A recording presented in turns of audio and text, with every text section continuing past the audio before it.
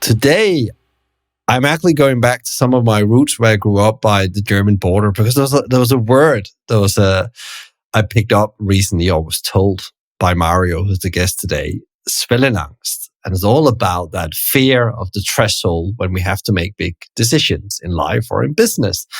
And I'll let Mario explain that a bit better than I do right now. But actually, Mario and I met years ago before the pandemic at an event in London, and we said we need to do a podcast together. And then life, business got in the way. And the podcast has then been on a journey. And then I saw Mario posting about he's been a monk for a week. And I thought, wow, I would love to do that. That sounds absolutely fabulous, because people who listen to the show know I'm very much in the Stoic camp and the whole Eastern philosophy world. And I thought this is a great segue to get Mario on the show now and actually talk about what he learned and what that actually means for his life, and maybe also the way he looks at leadership going forward. But welcome to the show, Mario. I'm really excited that we got the opportunity to sit down and talk with you, even though you're still in Sri Lanka. And thank you, Michael. Outside somewhere. Yes, I'm sitting outside in the dark. I'm like 4.5 hours ahead of you, and I hate closed rooms. So I try not to be in closed rooms for any work. So I'm sitting here outside, and we improvised a little bit with the lights. So I hope everybody can see and hear me. But thanks, Michael, for having me. It took us quite some time, but finally we made it happen. And Mario, for people that hasn't followed your journey and know exactly what your background is and what you've been doing in a hospitality context, can you give them a bit of a quick wrap up of your journey and what you accomplished and where you are now? Yes, definitely. I will try to put in a few fun facts that it doesn't stay too biographic. Basically, I'm son of a butcher. And I was told by the monk, which you just quoted recently, where I have been, that my dad, being a butcher, will end up in hell. So, but anyway, I haven't told him that. So, son of a butcher, growing up in his restaurant, said I want to never, ever work in the hospitality industry because it was a 24/7 job for my parents and I never got to see them. So, I started investment banking to figure out that this is nothing for me. Went back where my heart was in the restaurant industry, set up when I was 22 or 23, my first venture was called Bagel Station. Learned a lot about international growth, very, very young, and about franchising. Sold that company to the Vapiano founder. Vapiano back then had one restaurant. And then I discovered Vapiano when it had one restaurant. It became my big love, so to say. I took the brand international, open on 5 continents, 234 restaurants. Was the best 12 years of my life. Incredible team, incredible fun. We went public, and then being a CEO of a public company, that's not for me. Talking about closed rooms, they wanted to put me in a corner office, and I said, guys, I don't take an office. The office is the restaurant. We need to be out there. So it was too much clash of culture. I left Vapiano, moved to Italy, to Tuscany actually. Sounded like a midlife crisis, but it was not. It was just really a fun adventure. Moved to Tuscany, had the idea of doing a boutique ketchup, wanted to fight off Heinz. Founded Curtis Brothers, got a lot of friends invested, and had so much fun. Again, was my second big love. Have been running the brand for 7 years. We sold it last year. And in the meantime, as a short intermezzo, when there was COVID, Vapiano, my first big love, went bankrupt. And I was called by one of the founders at Mario, you know so many people. Can you put together a team and buy back that brand? And I called some of my friends who actually have more money than I do. And we bought Vapiano out of the bankruptcy. So I'm now one of the owners. I'm in the board, but I don't run it anymore. And yeah, I think that's in short my story. I'm a full I'm a restaurant believer. I love the hospitality industry. I did a short intermezzo in the consumer good with the ketchup, and now I'm kind of thinking, what's next, because the ketchup Mm. brand, the day-to-day work is gone. And although I sit in some boards and have some investments, I miss to run a team, to have a tribe around me. And you cannot force ideas to come up. So I'm trying to get some inspiration with the monks and with other things and see what's up next. Yeah, and this is so interesting when you say you actually have to have the patience to sit and wait to see the great opportunity or the idea come. Because if you're trying too hard to find an idea, it often doesn't really happen. That's and lots of guests talk about that on the show. So thank you for that, Mario. What actually, you also launched a podcast. From doubt to drive, which we will dive into. But what inspired you to do that? Because you already had some great guests on. Julian Metcalf. I was listening into him yesterday, and there's some lots and lots of great names in there.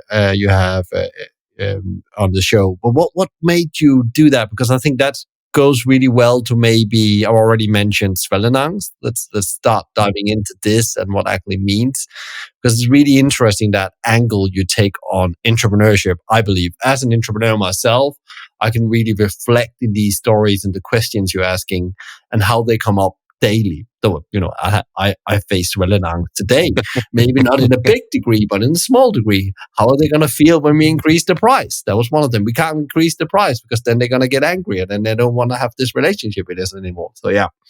So why did you start the podcast, and what was it around Schwellenangst that really made you want to build a platform for entrepreneurs? Michael, before I answer that, because you said you face crisis every day. So we had last time an interview with Kathy. She runs a chocolate brand Mirzam out of Dubai. Yeah. And we asked her the question, said, what was the biggest crisis you faced? And it was like 10 o'clock in the morning. She said, you mean today? And I thought, that summarizes it is so good. But back to your question, I'm a podcast junkie by myself, and I listen to all the big podcasts out there and the niche podcasts out there. And I always felt that our industry, the hospitality industry, has so many great characters, like really strong, emotional founders and entrepreneurs. And I always felt that they are not covered enough. I know that there is also other important industry, but I always felt like I know all these guys and they have these great stories and great success stories. And then I listen to all of these big ones and they're not there, or very, very rarely. So I thought somebody needs to put the spotlight on that. That's one thing, one impulse. And the other one was really, I felt most of the podcasts are a little bit like too whitewashed. It's always like this great success. And if you really look into the vita and biography of successful people, you find so many dark moments. And myself as an entrepreneur, it helped me a lot to understand you're not the only guy struggling out there. Because if you set up a business and you struggle the first time, you think, oh, I'm the biggest loser out there. Nobody else struggles. Everybody else is successful. And I'm just a big idiot. And I haven't figured it out yet. And then when you listen to all of that, and as you said, we had like Clive Schley and Julian Metcalf and Henry McGovern, and there's a lot of more. And then they share like how often they have faced these troubles and how often they actually have been bankrupt and what made them coming out again. Because we also didn't want just to black paint everything. We said, okay, that's why from doubt to drive. What actually made you come out there?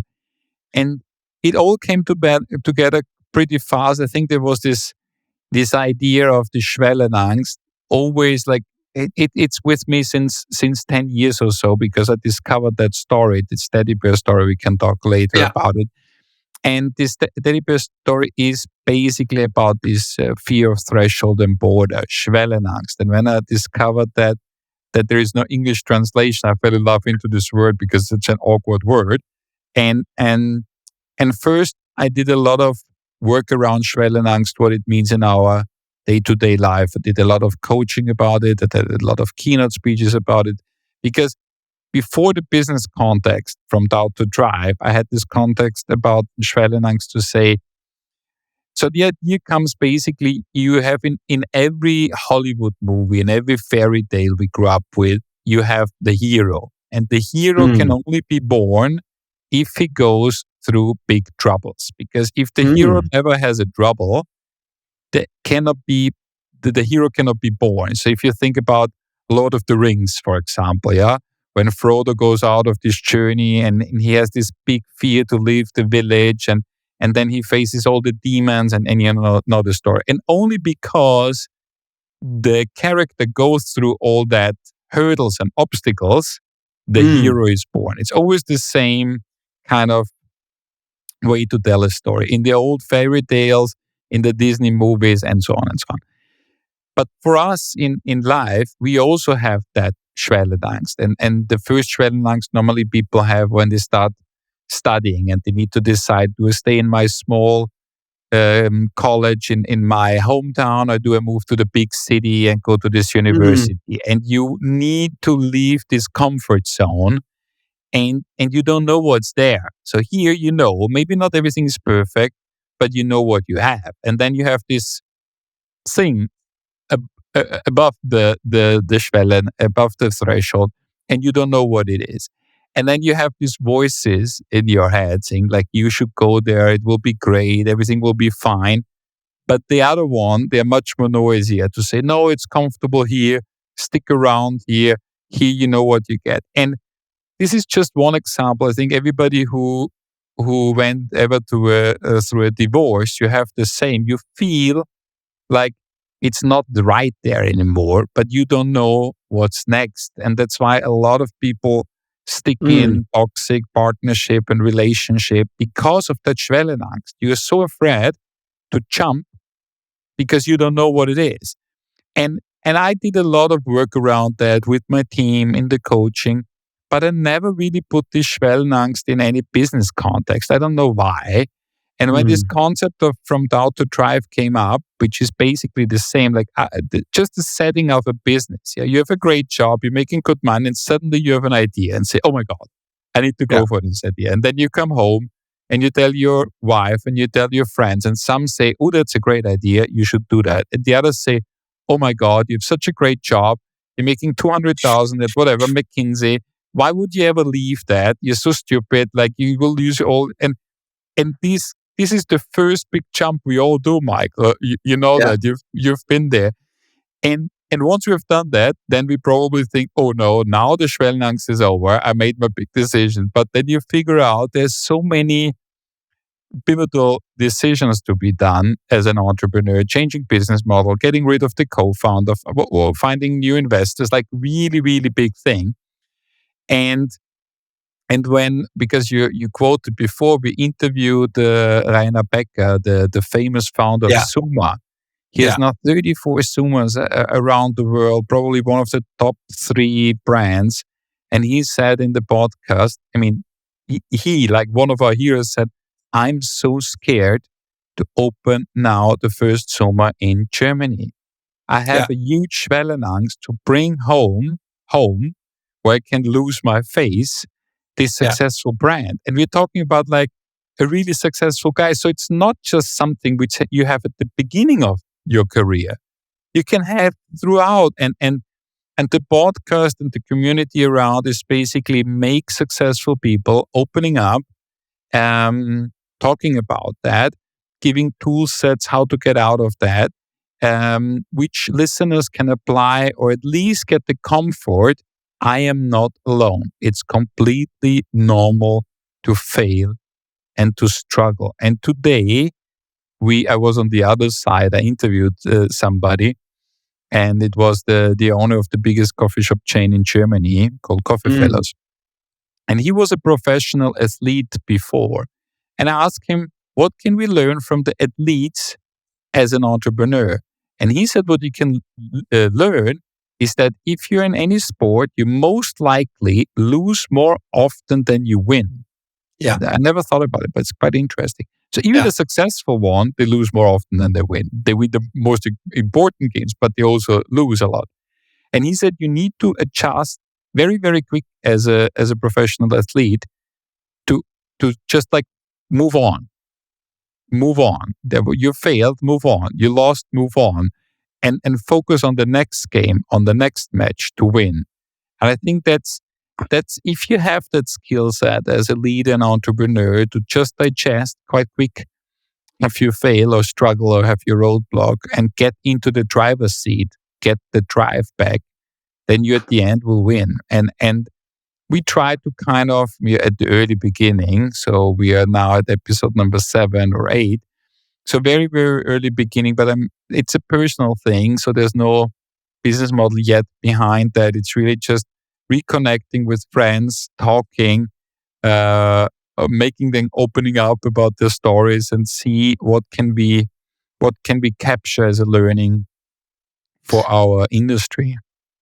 Yeah, I've been listening to. I've also listened to Mette Lykke from Too Good to Go. Too Good to Go. It's really, really interesting because you think she has it all together with all the success she has, and how she like very, very brutally laying out like learnings that everybody should listen to, because it's always interesting. I often think it's interesting. It seems like you have that balance between men and women, and men and women, how they deal with this is very different. And also, if one of the books that really inspired me in the pandemic was Ryan Holiday's "Obstacle is the Way." It's just how it has to be brutally hard. That's like, and as you said, sports people are very good at that. I interviewed a guy that's a franchise on the brand Sombrero in Ireland, Derek Fanning, and he's ex-professional rugby player. He played in the best rugby team in Ireland and the national team. And he talked about like when others in the business looked at it's been a bad day, he didn't really get it. He said, we learned something so we can win tomorrow. We just falling short today. We're going to win tomorrow. We're going to prepare to win tomorrow. And it's so interesting what we can learn definitely from the sports world, also from history. And you think about probably people who ruled emperors like, the Roman emperor, like Marcus Aurelius. Apparently he was scared all the time. And you believe he's such a good ruler. How was he scared? And actually being scared, I think some people said on your show as I was listening, being scared is what drives you. That's what takes you to a different level. You aware and makes you real and authentic. And Danny Myers, and I know that you have his book behind you somewhere in setting the table, said, if it would be easy, everybody would do it. I mean, there's a reason why there is just a handful of Starbucks and McDonald's out there, because it would be so easy to set up a restaurant chain and dominate the world, then everybody would have one. And I really think it's also, I think, one of the topics we try to go now in the second phase of the podcast. Now we interviewed the A-listers, so to say, and we have now, today we had John Egbert from Five Guys and so on. But we also want to come to entrepreneurs now who are successful, but in another scope. Because I also think what a lot of people forget, it's not the number of restaurants. Yeah? I remember, and he will be on the podcast, but I tell my story. I remember we all visited now a very dear friend. Back then we didn't know each other so well. His name is Martin, and he has one steakhouse in Copenhagen.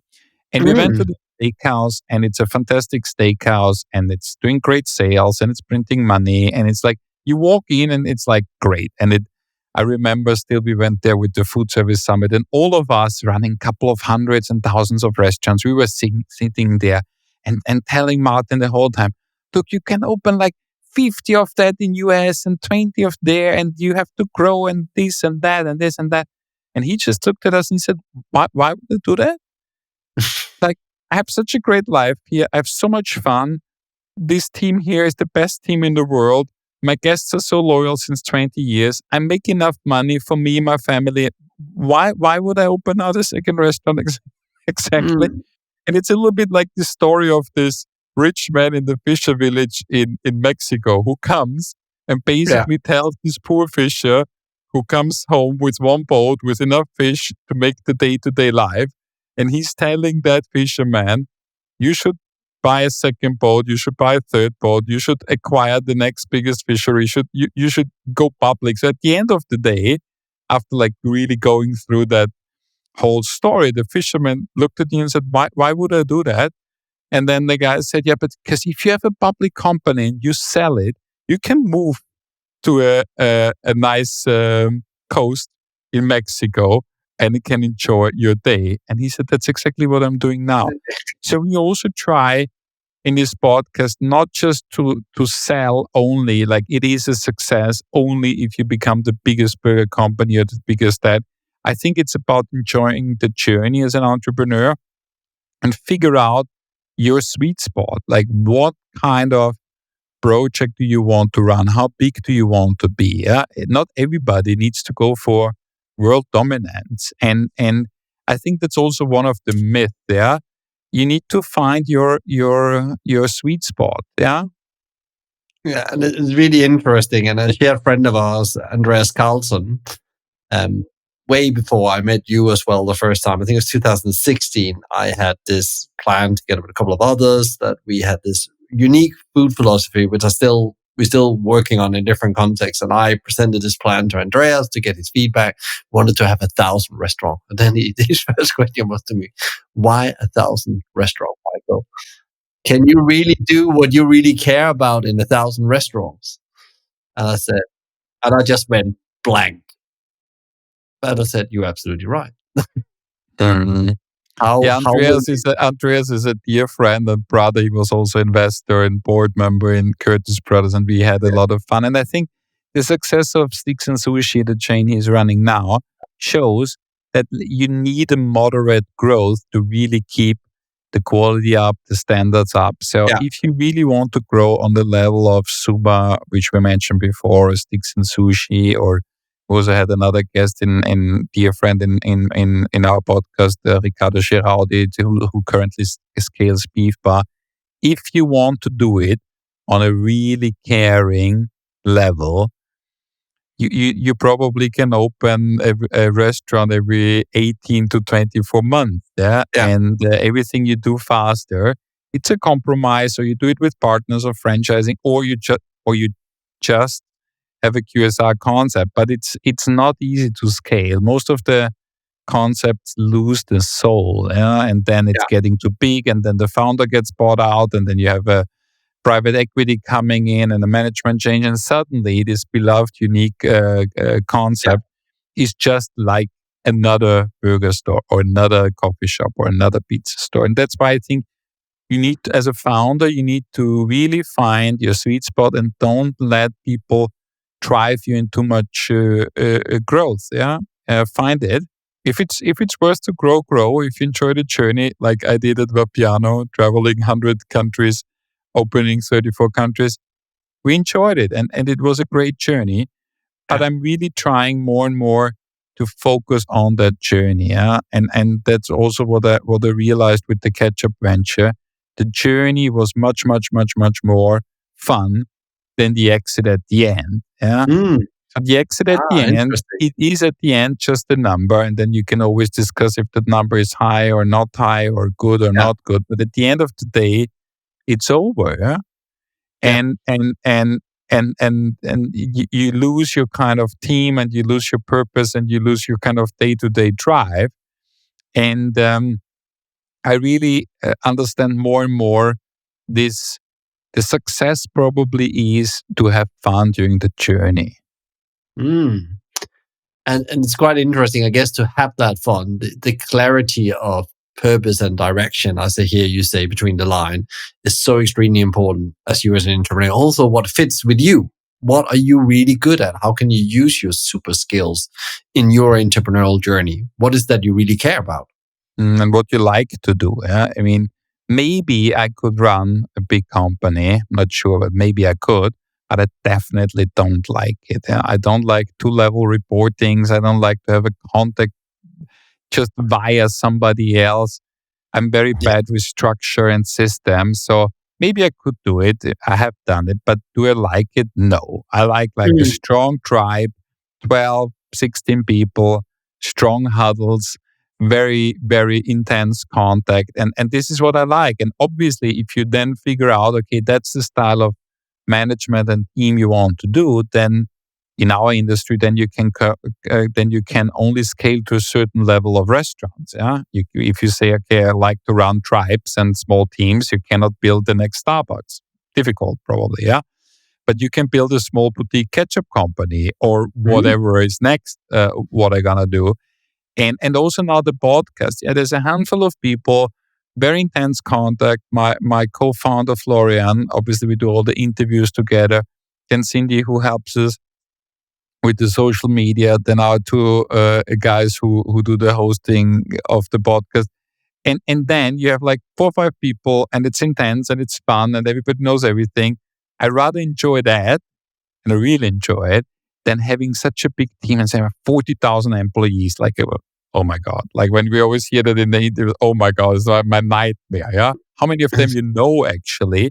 Yeah, But yeah. some people don't need to know them. And that like there's a different kind of leadership. And I think we need to go away from judging that big is good and small is bad and one restaurant is bad and 10,000 restaurants is great. Mm. You really need to find out what is the right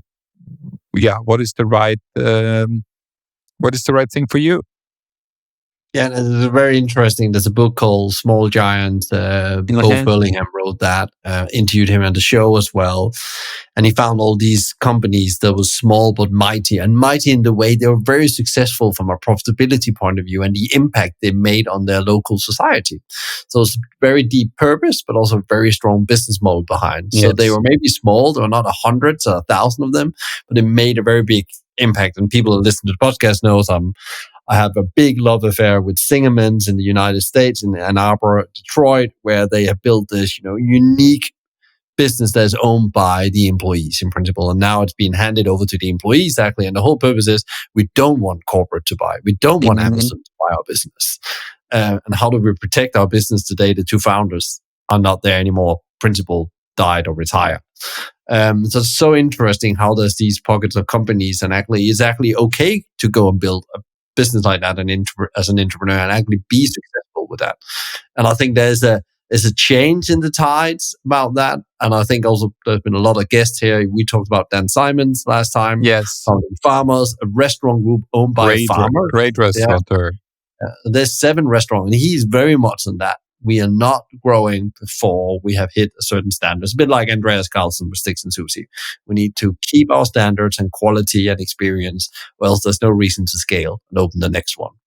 Scale blind. I think you still can scale, and that also Dan said, like he opens one restaurant every now and then, but it's a strong focus on the guests who are coming, on the quality you deliver, and in his case on the strong mission, to basically allow the founding farmers, as they're called, to have direct access and not be depending on wholesale, etc., but just build their own restaurants and go ahead. It's a great concept, great guy.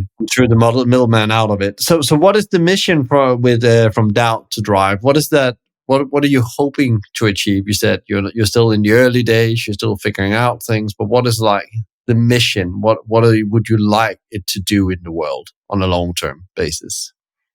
I really think like allowing or getting rid of the myth that every successful entrepreneur is successful from day one without the up and downs what we have. So basically, really getting rid of the myth, giving a tool set of best practices, what to apply in crisis. So it's basically creating awareness. Everybody will have a crisis. You're going to set up your shop, you're going to have a crisis. So you better get ready for the first one and get over it.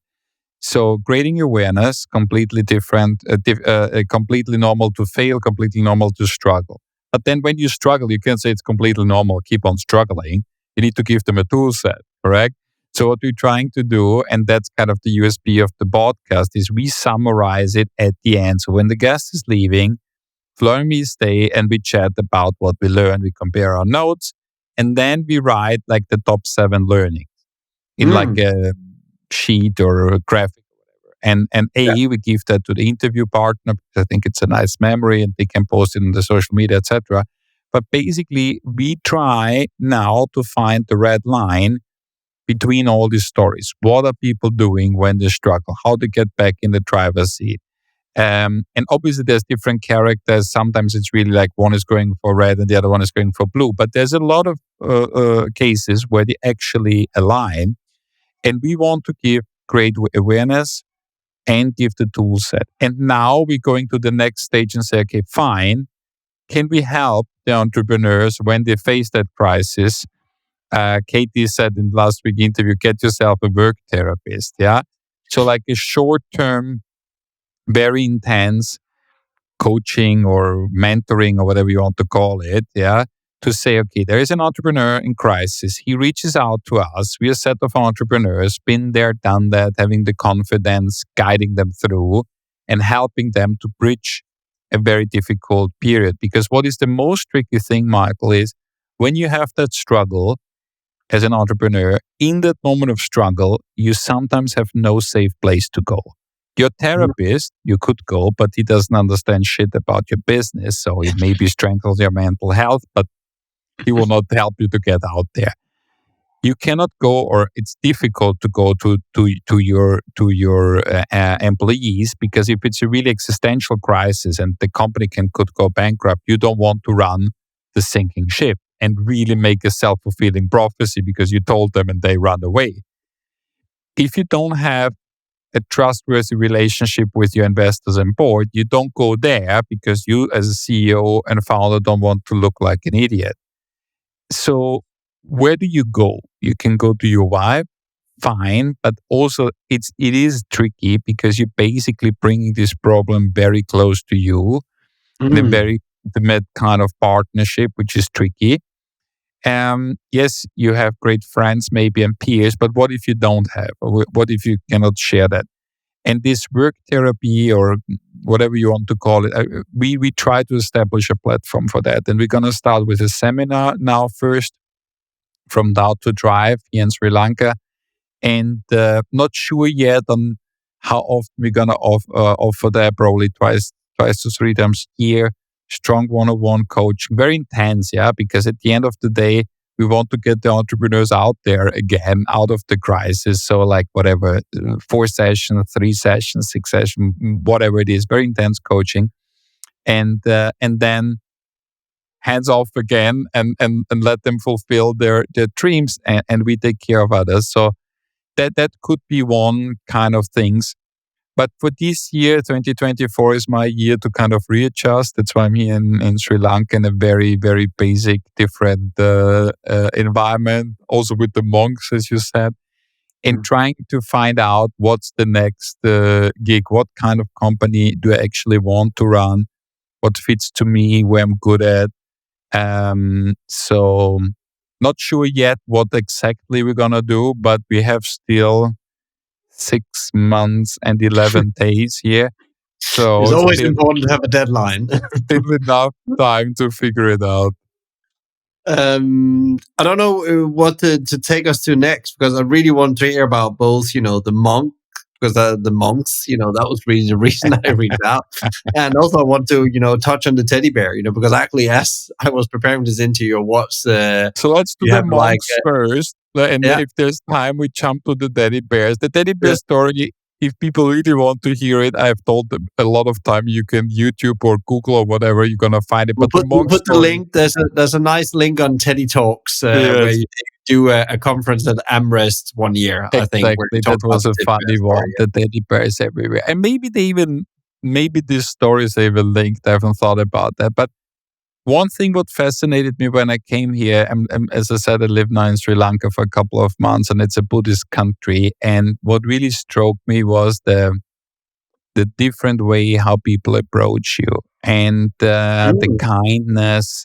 And also we live here with families, so we're not typical tourists. So we're moving every month to another families and stay with them and really integrating and cooking with the neighbors. And one of the best experience here, like in one of the small villages where we have been, like my wife and me have been the only white people living here, and we became very close to the neighbors. And then I said, let me cook pasta for you, spaghetti bolognese. And we had like 16 people, and we put the speaker with Italian music, and I tried to get this typical Italian tablecloth and red and white, and we cooked the pasta bolognese, and we played this Italian music. And for all of them was the first time that they ate pasta, and probably the closest they will ever get to Italy. So all this experience of like kindness and how people reacted and then invited us, I thought, okay, what's behind that? Like, is it just a coincidence or just nice people, or is it the religion? And I never really dig deeper into this Buddhism thing. And I said, okay, what's the fastest way? Because I'm always like, okay, how do I speed up the learning curve? Because if I start now ordering books on Amazon, first of all, will they ever arrive here? And second of all, what will I learn? So let's go to a monk. I was like, okay, let's go to a monk. And then I asked in this village, I said, like, if I want to talk to a monk, how does that work? And they said, yeah, there's a monastery, and you can go there and you can check in. And as a foreigner, you can stay like a week or 10 days with them. And then you can do whatever they do and you can ask all the questions. Oh, that's a good idea. Let's do that. Because I'm very curious and I go there.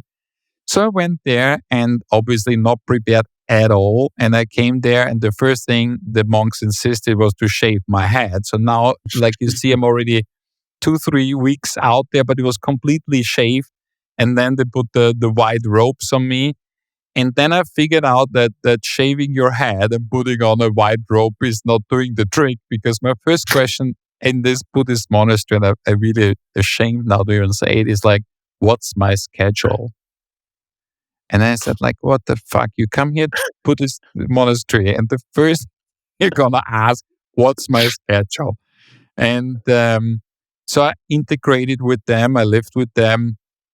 Day-to-day routine of a monk, and I learned so much about monk's life. I also learned a lot about Buddhism. I'm not sure really if I cracked the code about Buddhism, and I learned a lot about project management and leadership, because coincidentally, this tribe or this bunch of monks, they built a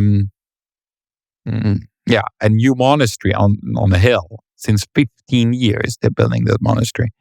And now it's ready in 2 months. So I talked to this head monk about project management of 15 years. So the learnings are really threefold. On Buddhism, I found more contradictions as answers. So I'm not sure yet if I'm there. So for Buddhism, I need to go back, and I will go back in August, because definitely an interesting concept. Growing up as a typical Catholic altar boy in my small village, it's nice to get into a new concept. But again, I'm not there yet.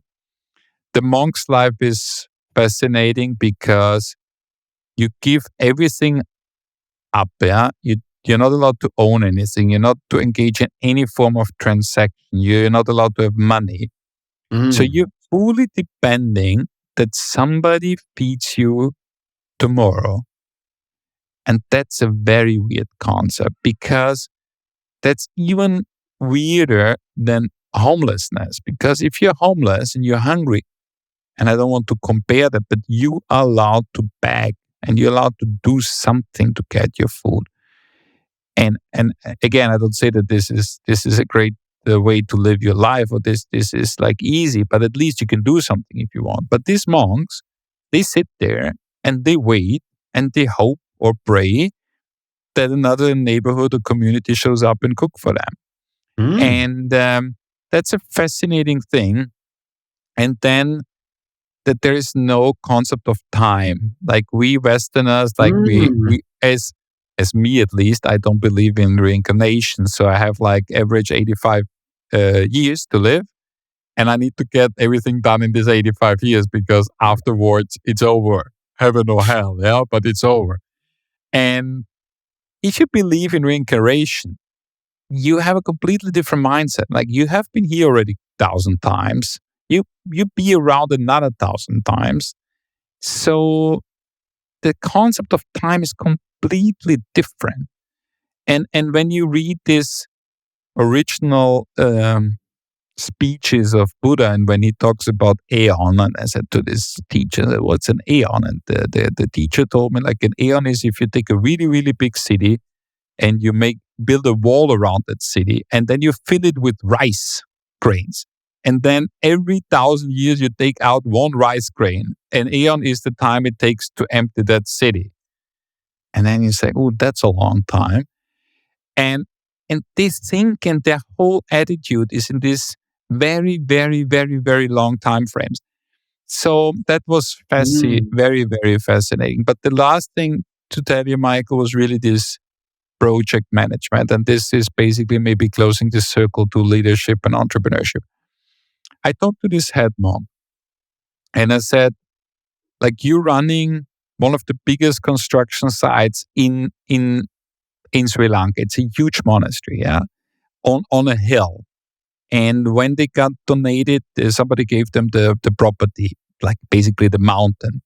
And the teacher, that's kind of the founder of that tribe, said, this is such a nice spot. We need to build the nicest monastery. So he just had a vision. He had no money, no employees, no laptop, no phone, no construction plan, nada. And he took this head monk.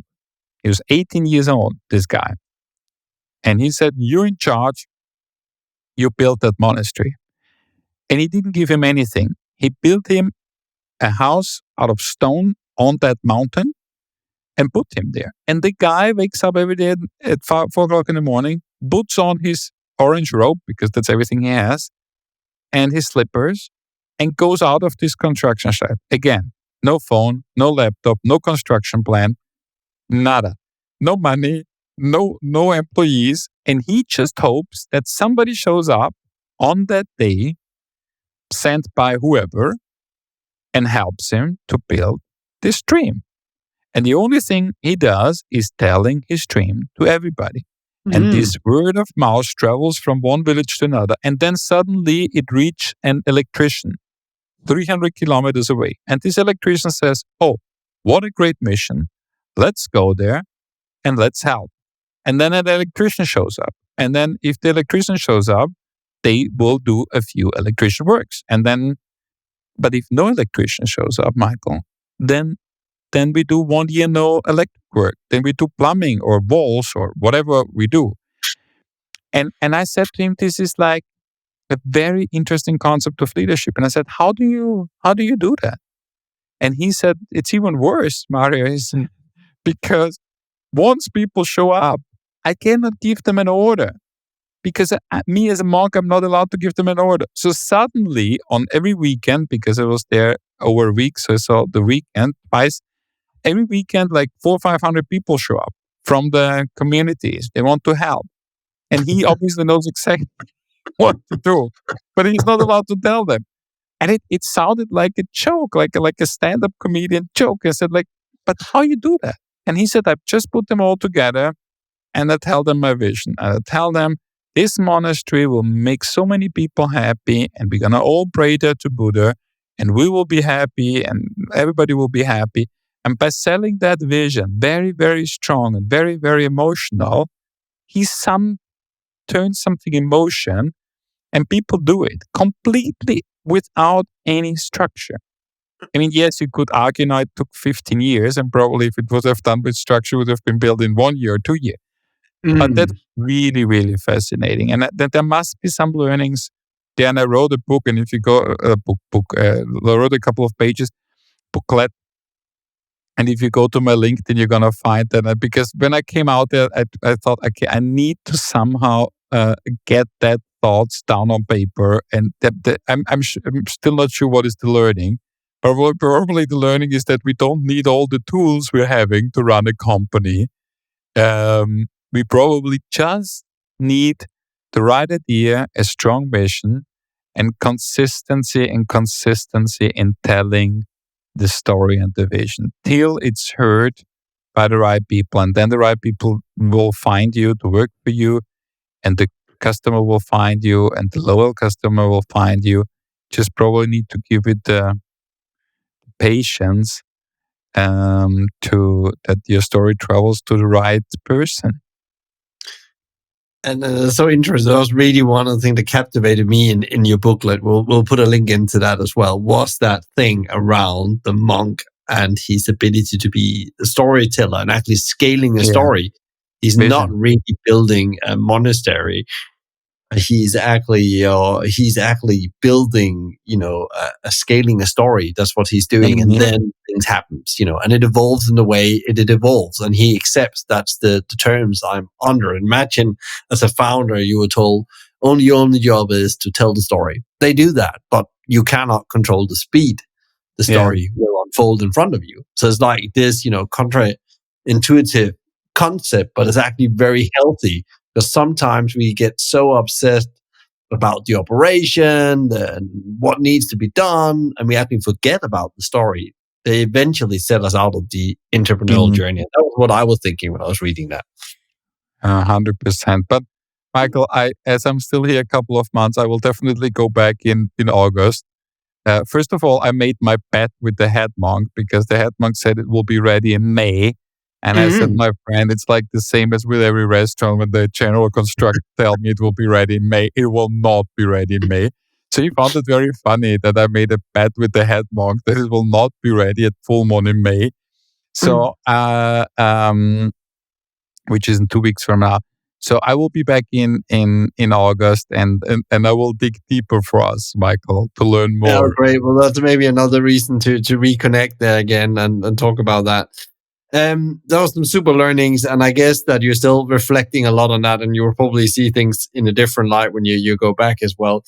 If we talk about the industry, Mario, what is like, is there like one thing you would like the industry to, get rid of, avoid to have of the challenges it's facing now? It feels like we haven't really talked about this in this interview, but we're going into a new era of hospitality. There's almost like this shift happening, systemic shift of how hospitality is and how it's looked at and so on. Some people say it's technology, others say it's just evolution. But what is your thought of what is one thing that could disappear in the industry? What should that be? That was my only light here, Michael. The light fall down. But if you now wonder, I'm completely sitting in the dark as it was just the only outside light, and it gave up. Probably that's a sign, Michael, because I really think talking about these challenges of our industry and the shift, I think what this shift does is bringing to light one of the underlying problems which we have over decades is that our industry is on the one hand very, very attractive if you get access to that to start your career. And because it has all these interesting stories. I mean, there's this saying, from a dishwasher to a millionaire, and there's a reason why the saying is because all of us who started in the industry started as a busboy or dishwasher or whatever. And there is a lot of success stories out there where it shows like how you can make your career in that whatever McDonald's or Starbucks and whatever it is to your restaurant manager and franchisee and to your millionaire, so to say. But overall, and we see that everywhere in the Western countries, in US, in UK, in France, in Germany, we cannot attract enough talent to grow. And we cannot maintain the talents to grow. And the reason for that is at the end of the day, as much fun as it is to work in the restaurant industry when you're single and when you're young and you do double shifts and you afterwards go for a drink and you get your girlfriend or, out of that guest or employees or colleagues or whatever. That's a lot of fun. But once you have your family and you're in mid-30, then it's not so much fun anymore. But it's still kind of required to make the engine go that we all do 120, 140%.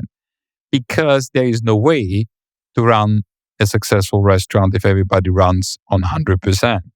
It doesn't work. We all need more. And I really think there is this way to say, okay, we always said we need to raise the price to be able to pay more and fair salaries for the people to attract them and to maintain them. Now, we all had to raise the price because of the inflation. And people think now, that's now you have enough money to pay your employees because the pizza went from €9 to €13. Yes, that's unfortunately true, but that went into a very insufficient supply chain at the moment and all the inflation problems, and in a lot of countries like Germany into the change of the VAT. But it's still not enough to pay our employees the money to maintain them and being attractive. And now the holy grail seemed to be automatization. And probably it is till a certain degree. We go into central kitchen, We go into a very high degree of automatization, robots, and they exist in kitchens quite some time, but now they're more visible and more scaled. So yes, that's one way to go. But at the end of the day, it's called hospitality industry, and we want some welcoming. And I mean, one reason we go out is to mingle and talk to people. And when you talk about your best restaurants experience in your life, most of the time, it's not the food. Most of the time, it's the extra step from the waiter, the problems which somebody solved out of the stuff for you, and the extra step they go. Like it's all about this unreasonable hospitality. Another great book which we both like. And but these kind of people, you need to allow them to grow, and you need a certain intellect or intellect and empathy probably to be able to have them. But if you're not able to pay them the amount they deserve, they will just change the industry. And I really think this is the crucial thing to solve. And unfortunately, I think the solving or the attitude to solve got more difficult because we already raised the price, but not for paying the right amount of money, but for covering inflation, insufficient supply chain, etc. So now to raise again, most likely end up in loss of guest count, which we already have, and that doesn't solve the problem either. So I don't have a solution, but that's definitely, I think, the biggest problem we have. And lots of leaders have talked about that on the show, like the having enough talent to grow your business and actually maintain that kind of experience they want to attain. A couple more questions before we finish off, Mario. I really want you to get this opportunity with your experience in multiple different food businesses to give a top advice to the audience out there. What should they do right now in your view? What is the most important thing to reflect on as a leader when you're trying to build a business as a force for good? A business does, of course, deliver results, but also make positive impact on people, society, and the planet. I would really think like double down on your purpose and double down on your USP. I think instead of like trying to be everybody's darling and cater to everybody and increasing your scope, like try to find out why actually, whatever, 10 years, 20 years, whenever the founder set up the business, what was the scope of the business? What actually did you want to achieve? And whatever that is, double down of that and get rid of all the noise around you. I really think especially now, to focus on the original mission and why. And if that was to be the best sandwich shop, then sell the best sandwiches and don't like trying to do this and that. And like if that was your scope and if that was your mission to provide your neighborhood the best sandwich, then just do that. And I really think we, especially now, we need to be relevant for our employees, for our stakeholders, for our guests, and we need to skip the noise around. I think nobody needs another restaurant which does everything, and nobody needs another brand which try to please everybody. Also, as a brand, like when I mean like double down on your USP, also this, you sometimes like see these brands and they look like perfect and everything is right, but then you feel like they have been created by some agency and they are not rough and they don't have edges. And then you look at the best brands out there and they're so quirky and they have so many wrong things. And you look at the logo and you think, oh my God, how can that? They have like a couple of thousand restaurants. Look at that logo.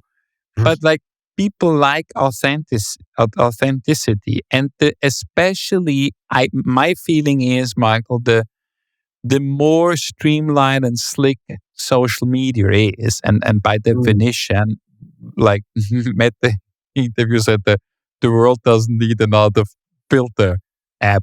Yes, because there's so many filter apps, and if we would apply that, I wouldn't look like shit as in this video here with the light. But probably that's what. Let's take this interview now. Probably that's what they remember now. I think there's a guy sitting in the dark in Sri Lanka.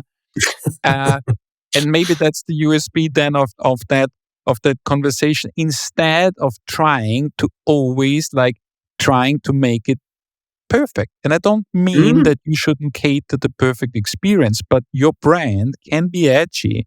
And I think if your brand is loved by everybody, so I love polarizing brand. I love brands which say I only do that. Look at Five Guys, yeah? Since 1968, not changed anything on the menu. No salad, yeah? No And they're vegan definitely option. Marmite. They're Marmite brand, as I say. You either love them or you have some kind of And I don't really... say that everybody needs not to become Five Guys, but there's a reason why Yeah. people stick around that brand. Because it's edgy, it's quirky, that's weird, but I know what I get. And if I want the burger, I go there. And if I don't want a burger, I don't go there because they only have burger and hot dogs. So probably that's one extreme, but double down on your strengths and mission and purpose, original purpose. If you don't have one yet, then probably anyhow it's too late. Then sell the business or run, take the money and run, and really try to embrace the core and the imperfection and edginess of your brand, not of your food. Food needs to be perfect, but the brand can be quirky and it can talk to whatever niche you want to talk. You don't need to talk to everybody, because it brings us back to the discussion we had before, Michael. If you have a brand which is good for 20 stores because it's edgy and it's different, then run 20 stores successful. Maybe Do then well. it's not ready for, maybe it is not the brand then for 1,000. Maybe it's too niche for 1,000 restaurants. So instead of whitewashing that and making it softer, making it appear to everybody, maybe stick with your unique brand you have. Yeah, and it's quite interesting when you look through all the interview I done on the show when we did a white paper over the pandemic on what great maverick leaders know and do, and it's that thing at dare to be different, and within that, do one thing well and scale that, and always come back to that when things start not working. And that's what they've done, these typical founders. Repetition. And then outside the hospitality industry, I think you mentioned Five Guys, but you could also look at a company like Southwest Airlines. Yes. Hugely successful business. You can't fly them anywhere. You have to go to the south of the States, but they are hugely successful and very unique experience, and they do it really well, and they make better profit than any other airline company in the world still. They make profit. Yeah, they make profit. Yeah, that's actually a good point. Quickly, what book would you give out of 9 out of 10 times that's not your own, away to people you meet on your journey? It's really, I think Danny Meyer's Setting the Table is still the classic. I tried to get him on the podcast, and he's a close friend. He said, Mario, I cannot come now because I'm publishing my next book and I need to focus on that. So there is another book to come from him. I got the same email. So till he has written his second book, it's definitely that. And I give now more and more Unreasonable Hospitality from Will, because I really think that's a great book. And what I like about that book, probably a little bit better than about Danny's, is that it's also relevant for people outside of our industry. I think Danny's book is a Bible for us, hospitality, highly relevant, highly great. But this Unreasonable Hospitality and how Will approach and say, okay, what can we learn from a Michelin or 3 Michelin star restaurant to apply in having a real estate agent or in having a car shop or whatever industry you're in?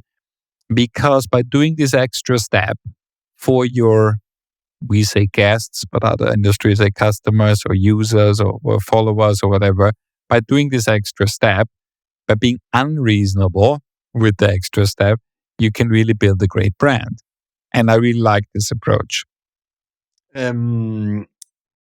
love that, and I love the way you see it as well, that, you know, Danny's more in focusing on the internal of the industry, and Will is about that application. One of the things I like about his book as well, it gives actually practical application for you as a leader.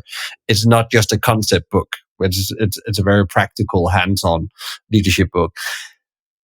Is there one question you wished I asked you today, Mario? And what would that question be, and what would you answer?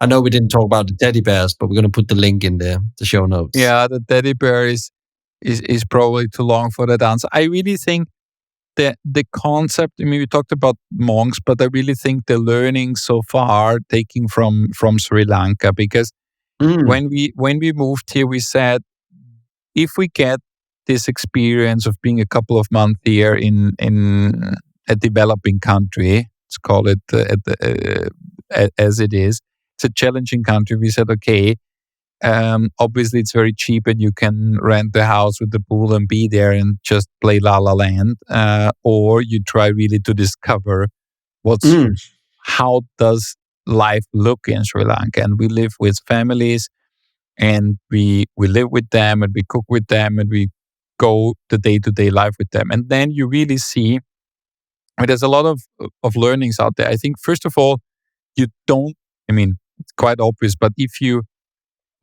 obvious and very often said, but you don't need money to be happy. And it sounds so, but if you're here and you see that people have nothing, zero, and then they have general smiles and they're happy. They have their obstacles and their troubles, and they don't know how to get their kids to school, etc. But we also have obstacles on another level.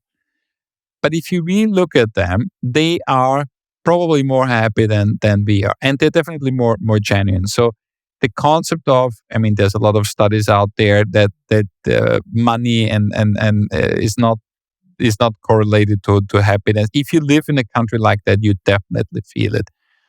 And the second thing is also resourcefulness. Like when I like in my kitchen, like being a foodie and a nerd, like we literally have a tool for everything. I mean, I have a tool for literally everything. I have a spoon for eating eggs. I have like a truffle shaver. You have like thousands of things, yeah. And then you cook something. So, oh my God, I cannot cook it like this. This specific tool is not working or is not here, yeah. And then you come here in the kitchen, and it was really shocking. The first time I cooked in this kitchen for the family, I said, "Okay, where's the equipment?" And they're looking at, "What do you mean, what equipment? Here you have your knife, you have a cutting board, and here you have a pot. That's it. Yeah. And then you have 4 plates, and then you have no cutlery because they eat with the hand, and that's it. And if you do something like, funny enough, they had a cooking classes, yeah. We cooked them some rice and curry, and it's completely normal for them. Like also you see that in Italy and Spain, when they need a garlic, yeah, they just put it on the table and like, and that's the garlic. But we have like a garlic press and this and that. So at the end of the day, you don't need all of that. And it's just like, also what they have here is like, it's used and used and used again, and nothing is thrown away because there's no money. And it's like traveling back in time, and like my grandmother would have told me story how she lived and how she grew up. It's not even like how our parents grew up. It's like really one generation behind. But again, it works somehow. And I think this there's a lot of learnings, and I need to really digest it. But it's quite eye-opening. And I always said, I mean, now they are so strong because I'm here and I'm living here and now, and I'm present. But what actually can we, like my wife and I, what can we take home? Yeah? What's the learning all of that? What to apply? What to do with that? Yeah, what to like just go back to Amsterdam, jump on a houseboat and say, oh, 2024 was fun, was crazy. We've been in Sri Lanka. That's a great story. Or really do something with that. And I don't want to be too philosophical, but as I know that your podcast go quite philosophical, you're a very philosophical guy. I don't know yet what to do with all of that, but just putting it in a drawer and write 2024 Sri Lanka, probably not the best use of all that impression. So let's see what we're gonna do. Yeah, I think it's very beautiful, and you're spot on. I love, and I'm a big consumer of philosophy, and actually live the life. And actually, we had the conversation in the pandemic. How can we be more simple? And it's so hard in this world to be more simple because you have all these demand in the Western world, all these solutions that's put in front of you. The garlic pressure. Who the hell came up with that? Somebody that wants to sell you something in a way and said, this is going to make your life more easy. But actually, if you take salt and a knife, you have a very efficient garlic pressure as well. If you have a bit of a knife skills. Yeah. And I think when I moved here, it was so obvious that we and especially me, my wife was not so crazy. I packed 120 kilos because my travel agent Ralph called me and said, Mario, I have great news. You have like this high status and Turkish Airlines has this special program. You can take 120 kilos. I said, oh, that's great. So I packed like 8 suitcases and I packed everything. Like I have a tool, an electroshocker, because I thought if street dogs attack our French bulldog, I need to fight them. I have like tools, they don't even exist here probably in the country. And out of that 7 suitcases, I opened one. And that shows that we don't need all of it. It's all just in the head. Now it's just a pain in the ass to carry that 7 suitcases every month to another family who looks at me and said like, what the fuck are you actually doing? We have one knife, one pot, one cutting board. Well, I think you're going to be a better chef. That's what I think, because that's what really good, mentors in the kitchen would give you. Here you go. Here's a pot. Here's a knife. Go. Have fun. Show me what you can do. Mario, that's a great place to end. Less is more. And thank you so much for taking the time. I hope we can have an opportunity at some point later in the year, or when you're back again, maybe to revisit and actually go deeper into what you learned and what that means for the future, and see where you're going with Schwellenangst, which I'm very fascinated about. A very cool word. German gets better, Michael. Yeah. The Schwellenangst. But remember, I grew up by the German border, so I had 3 German TV channels and 1 Danish. So that's a start. So I understand most of it, but the speaking is a bit rusty, you would say. So thank you, Mario, sending your power and energy to the continued journey down there, and also with the podcast show and it was fun. Activities around there. And we'll see you soon. Definitely. Take care. Thank you for having me, Michael.